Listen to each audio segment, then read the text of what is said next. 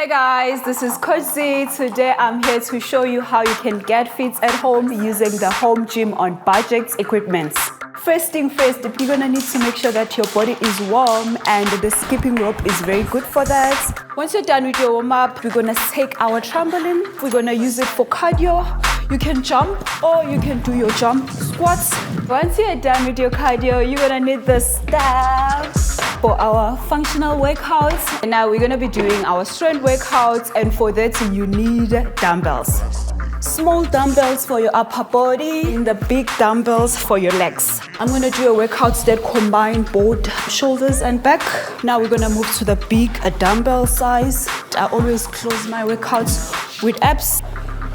You can take your wheel. So this one is very good if you want a strong core. One more workout. This one is very good for our beginners. Now that we are done with our full body workouts, you have to make sure that you stretch your body to avoid cramps. Once you're done with your workouts, you can pack all your things away. As you can see, we didn't use much space, so there is no excuse. You can get those equipment and start training at home. Please do comment on the chat below on when are you starting and which workouts are you including on your own home workout.